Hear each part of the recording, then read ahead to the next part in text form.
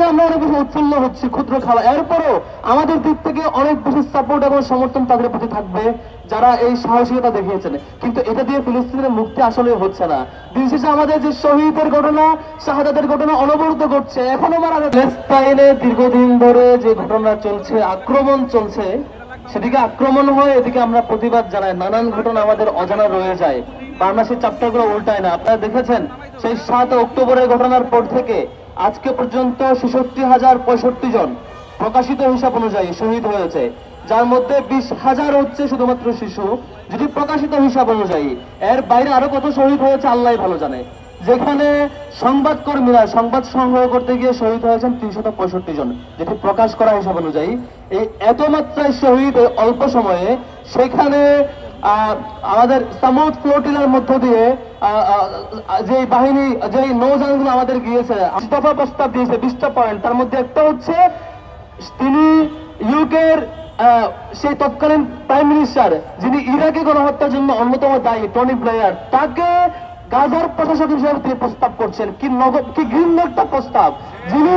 যিনি ইরাকের গণহত্যার জন্য অন্যতম দায়ী ব্যক্তি, তাকে গাজার বর্তমান ক্রাইসিস ম্যানেজমেন্ট শুধুমাত্র অল্প অল্প সহযোগিতা পাঠাইলেই, কিছু কালচারাল অ্যাক্টিভিস্ট গেলেই এই গাজা কিংবা ফিলিস্তিনবাসীদের পার্মানেন্ট সলিউশন কখনোই হবে না।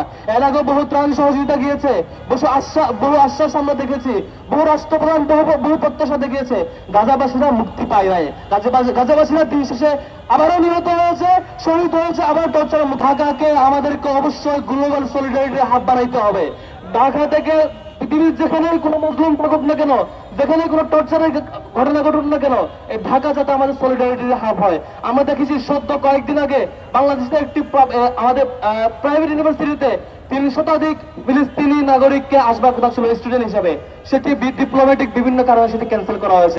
দেখা দরকার শুধুমাত্র এটাই নয়, ফিলিস্তিনবাসীকে আরো যতভাবে বাংলাদেশ গভর্নমেন্টের সহযোগিতা করা দরকার, সবকিছু বাংলাদেশ সরকারের থাকা উচিত ছিল। সেটি আমরা ব্যর্থ হয়েছি, সেটা আমরা দেখি না সফল রেসপন্সটা। বাংলাদেশ সরকারের সরব রেসপন্স আশা করি। এবং আপনারা দেখেছেন কয়েকদিন আগে, বেশ কয়েক মাস ধরে শুধুমাত্র গাজার মধ্যে সীমাবদ্ধ থেকেছে বলে মনে করার কোনো কারণ নাই। আমরা দেখেছি কয়েকদিন আগে সৌদি আরব পাকিস্তানের সাথে পারস্পরিক ডিফেন্স চুক্তি করেছে, অর্থাৎ সেখানে অ্যাটাক হলে এখানে অ্যাটাক হবে, অর্থাৎ সেখানে অ্যাটাক হলে আমার আক্রমণ মনে করে আমি সেটা প্রতিরোধ করব।